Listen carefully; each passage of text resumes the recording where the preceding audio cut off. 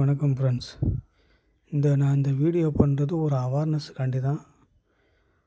இது நான் ஆன்லைனில் இந்த மாதிரி கம்பெனியில் எதுவும் வேலை இருக்குமா அப்படின்னு பார்த்துக்கிட்டு இருந்தபோது யூடியூப்பில் இருந்து ஒரு வீடியோ பார்த்தேன். அந்த வீடியோவில் இந்த கம்பெனியில் வேக்கண்ட் இருக்குது அப்படின்னு அவங்க சொன்ன ஒரு நம்பர் கொடுத்துருந்தான். நானும் அந்த நம்பருக்கு ஃபோன் பண்ணி பேசும்போது ஃபஸ்ட்டு ஒரு ஆண் தான் எடுத்தாங்க. ரிஸ்யூம் அனுப்பிவிடு அப்படின்னு சொன்னார். சரி, நானும் அந்த நம்பருக்கு ரிஸ்யூம் அனுப்பி விட்டுட்டு வெயிட் பண்ணேன். சரி, எதுவும் ஃபோன் பண்ணி சொல்லுவாங்க பேசுவாங்கன்னு இருந்தேன். எதுவும் ரிப்ளை வரல. திரும்பவும் நான் பண்ணும்போது ஒரு லேடி எடுத்து பேசினாங்க. இந்த மாதிரி மேடம், நான் ரிஸ்யூம் அனுப்பினேன், ஒன்றுமே ரிப்ளை பண்ணல அப்படின்னு சொன்னேன். 2-3 நாள் வெயிட் பண்ணுங்கள், நாங்கள் பார்த்துட்டு சொல்கிறோம் அப்படின்னு சொன்னாங்க. சரி, நானும் 2-3 நாள் வெயிட் பண்ணிக்கிட்டு இருந்தேன். சரி, வெயிட் பண்ணிகிட்டு இருக்க வேண்டாம், நம்மளும் வெயிட் பண்ணிகிட்டு இருக்கும்போது சரி நம்மளும் வேறு பக்கம் எங்கேயும் ட்ரை பண்ணுவோம் அப்படின்னு வேறு பக்கம் நான் வேலைக்கு விசாரித்து வச்சுருந்தேன். சரி, அந்த வேலைக்கு கிளம்புவோம்னு நைட்டு கிளம்பி போவோம், இங்கே ரிப்ளைவும் பண்ண மாட்டான், ஒன்றும் பண்ண மாட்டாங்கன்னு. சரி, இந்த வேலைக்கு நிஜம் போவோம்னு நான் நைட்டு கிளம்பி போவோம்னு இருந்தேன். அப்படி நைட்டு கிளம்புற நேரத்துக்கு கொஞ்சம் ஒரு 2 மணிக்கு இந்த மாதிரி இவங்க வாட்ஸ்அப்பில் ஒரு மெசேஜ் பண்ணுறாங்க. என்ன மெசேஜ் பண்ணியிருக்காங்கன்னா, இந்த மாதிரி ஒரு பிடிஎஃப்பை எனக்கு அனுப்பிவிட்டு கால் மீ அப்படின்னு இப்போ கீழே வாட்ஸ்அப்பில் அனுப்பியிருந்தாங்க. நானும் இன்டர்வியூக்கு போல வர சொல்லியிருப்பாங்க போல் நான் நினச்சிக்கிட்டு இதெல்லாம் படித்து பார்த்தேன்.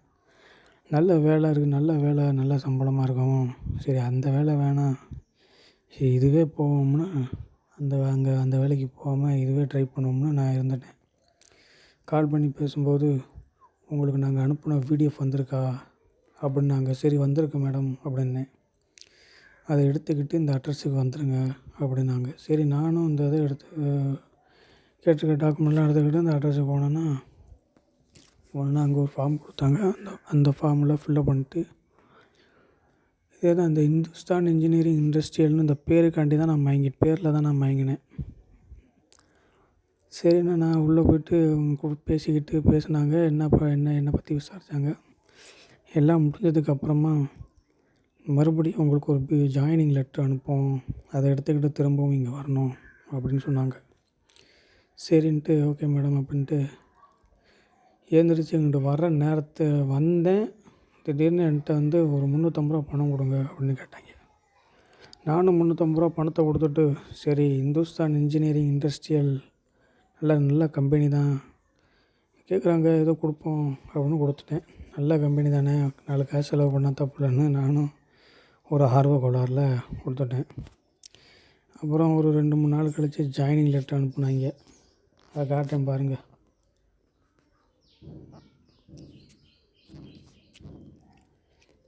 இந்த ஜாயினிங் லெட்டர் அனுப்புனாங்க. ஆஹா, வேலை கிடச்சிருச்சுடா, ஜாயினிங் லெட்டரை கொடுத்துட்டு சேர்ந்துக்க வேண்டியதான் வேலையில் அப்படின்னு நினச்சிக்கிட்டு நான் ஒரு ஆசையில் இருந்தேன். இங்கே கேட்குற டாக்குமெண்டெல்லாம் மறுபடியும் இந்த மாதிரி டாக்குமெண்ட்லாம் எடுத்துக்கிட்டு சேரும்போது திரும்பவும் கொடுக்கணும் போல அப்படின்னு நினச்சிக்கிட்டு மறுபடியும் போய் அதே ஃபார்மில் ஃபில்லப் பண்ணிட்டு அதே டாக்குமெண்ட்டை வச்சு உள்ளே போனேன்னா, இங்கே மறுபடியும் அந்த பொம்பளை லேடி மறுபடியும் அதே மாதிரி கேள்வி கேட்டாங்க. கேள்வி கேட்டதுக்கப்புறமா அதே மாதிரி கிளம்பி வெளில வர நேரமாக பார்த்து ஒரு 1500 ரூபா கொடுங்க அப்படின்னாங்க. எந்த இடத்துல உங்களுக்கு வேலை வேணும் அப்படின்னாங்க. எனக்கு கோயம்புத்தூரில் அப்படின்னா, கோயம்புத்தூரில் வேணும்னா 500 ரூபா எக்ஸ்ட்ராவாக தரணும் அப்படின்னாங்க. சரி, நல்ல வேலை தானே, 4 காசு செலவு பண்ண தப்புன்னு மறுபடியும் அந்த தப்பை பண்ணேன். ஒரு 1500 எக்ஸ்ட்ரா ஒரு 500 கேட்டதுனால என்கிட்ட காசு இல்லைன்னு பேடிஎம்மில் அனுப்பி விட்டுட்டேன். இந்த ஒரு நம்பரை கொடுத்து, இந்த நம்பருக்கு ஃபோன் பண்ணி பேசுங்க, அவங்க கூட்டிகிட்டு போவாங்க அப்படின்னு சொன்னிச்சு அந்த லேடி. நானும் அந்த நம்பருக்கு ஃபோன் பண்ணி தொட்டிப்பாளையம் வந்துடுங்க அப்படின்னு சொன்னேன் அந்த ஆள்.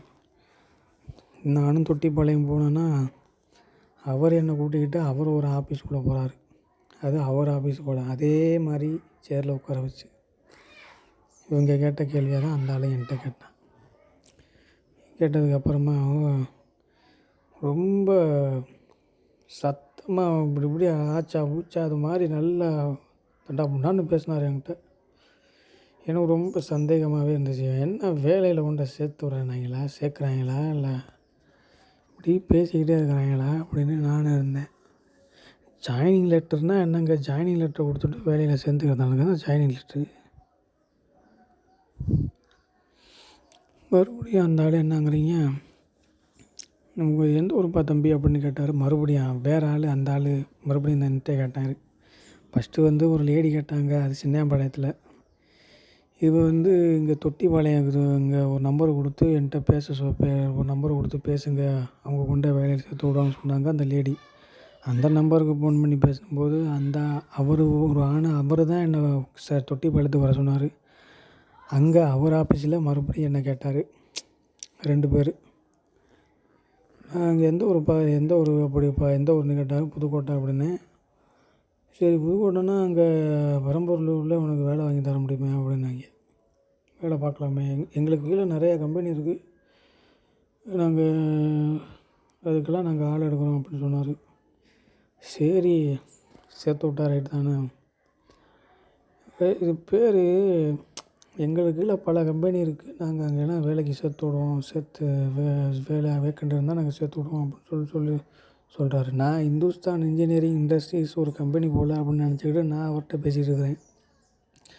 அதுக்கப்புறம் தான் எனக்கு தெரியுது அவர் ஒரு கன்சல்டன்சி ப்ரோக்கர், வேலை வாங்கி தர ப்ரோக்கர்னு. எனக்கு லேட்டாக புரிஞ்சிச்சு. என்னடா அப்படி பண்ணிட்டோமே, இந்துஸ்தான் இன்ஜினியரிங் இண்டஸ்ட்ரியல்னு ஒரு கம்பெனின்னு நம்பி வந்ததுக்கு நம்ம ஏமாந்து போயிட்டோமேன்னு நினச்சிக்கிட்டு எனக்கு மனசுக்குள்ளே ஒரே ஆத்திரமாக வருது. என்ன பண்ணுறது, காசை வேறு கொடுத்துப்புட்டேன்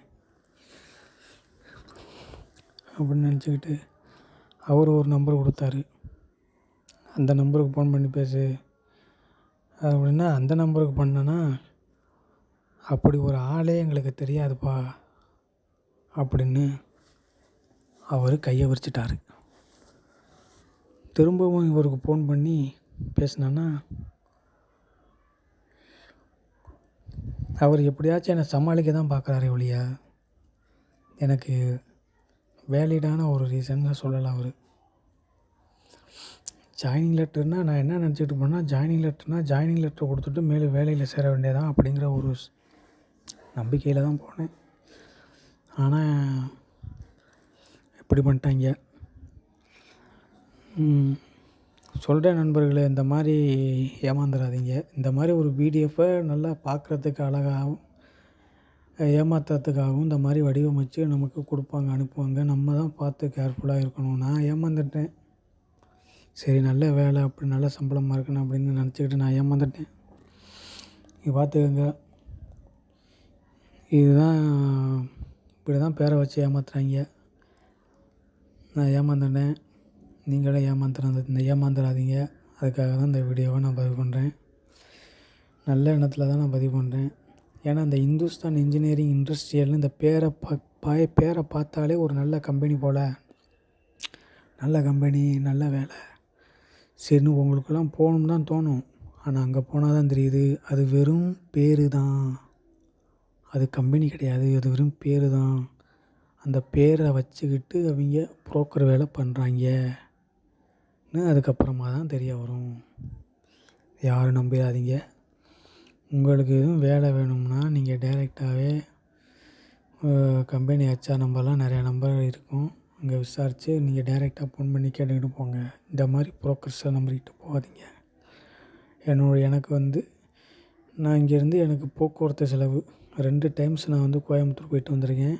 அதனால் எனக்கு 1000 ரூபா, 2 டைம்ஸ் போயிட்டு வந்ததுனால 1000 ரூபா ஆயிருக்கும். ப்ளஸ்ஸு இவங்களுக்கு ஒரு 2000 ஃபஸ்ட்டு 350 ரூபா கட்டினேன் அந்த லேடிக்கிட்ட. திரும்பி வரும்போது மறுபடியும் அங்கே போகும்போது ஒரு 2000 ரூபா கட்டினேன். அப்படி பார்க்கும்போது 2000 ரூபாயா, அன்னைக்கு கொடுத்தது 2000 ரூபான்னு வைங்க. ஃபஸ்ட்டு ஒரு 1500, அப்புறம் பேடிஎம்மில் ஒரு 500, ஒரு 2000, போக்குவரத்து ஒரு 1000, 3000. அதுக்கு முந்தின நாள் இப்போ ஃபஸ்ட் டைம் போனேன் பாருங்கள், 350 ரூபா கட்டிங்க பாருங்கள், 3350 ரூபா. இவங்க என்னை ஏமாற்றிட்டாங்க. எனக்கு போக்குவரத்து செலவு, அலைச்சல் இப்படியெல்லாம் ஏமாற்றக்கூடாது. நாங்கள் ஒரு வேலை வாங்கி தரோம் புரோக்கர்ஸ் அப்படின்னு நாங்கள் வேலை வாங்கி தருவோம். அதுக்காக நீங்கள் எங்களுக்கு எவ்வளோ பணம் கொடுக்கணும் அப்படின்னு சொல்லி விளக்கமாக விவரமாக சொல்லியிருந்தா, வெளிப்படையாக சொல்லியிருந்தா எனக்கு இவ்வளோ ஏமாற்றம் இருந்திருக்காது. என்னமோ இவங்க கம்பெனி வச்சு நடத்துகிறது மாதிரி, இவங்க இந்த கம்பெனிக்கு ஆள் எடுக்கிறது மாதிரியே பில்டப் பண்ணி என்னை ஏமாற்றிட்டாங்க. நிறையா பேர் அங்கே போனாங்க. பாவம் அவங்கலாம் என்ன ஆனாங்களோ சொல்கிறேன். இந்த வீடியோ நல்ல எண்ணத்தில் தான் பதிவு பண்ணுறேன்.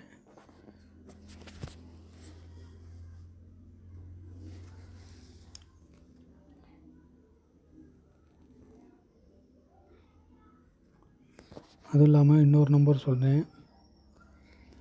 95 85 83 95 57. இதுவும் அவங்க நம்பர் தான். ஏமாந்துடாதீங்க. இப்படி விசிட்டிங் கார்டை ரெடி பண்ணி காசை கல்லாக கட்ட பார்க்குறாங்க. ஏதாவது ஒரு வேலையில் கொண்டு அவன் சேர்த்து விட்ருவான். இப்படி ஒரு பிடிஎஃப் அனுப்பி நம்ம மைண்டை பிரெயின் வாஷ் பண்ணிட்டு கடைசியில் அவன் ஒரு கம்பெனியில் சேர்த்து விட்ருவான். ஏதோ ஒரு வேலையில் சேர்த்து விட்ருவான். ஏதோ ஒரு கம்பெனியில் கான்ட்ராக்டாகவோ ஏதோ அவன் ஏதோ ஒரு வேலையில் சேர்த்து விட்றான்னு வச்சுக்கோங்களேன். ஆனால் அப்படி நீ மிஸ்யூஸ் பண்ணக்கூடாதுல்ல. இந்த மாதிரி பிடிஎஃப்பில் இந்த மாதிரி ஒரு கண்டென்ட்டை க்ரியேட் பண்ணி இப்படி ஒரு ஃபேக்கான ஒரு கண்டென்ட்டை ரெடி பண்ணி நம்மளை யூஸ் பண்ணிக்கக்கூடாதுல்ல. அதாங்க தப்பு. நான் நம்பருக்கு ஃபோன் பண்ணி பேச போகிறேன், கிளிக்க போகிறேன். அதையும் நான் ரெக்கார்ட் பண்ணுறேன், அப்லோட் பண்ணுறேன். பாருங்கள்.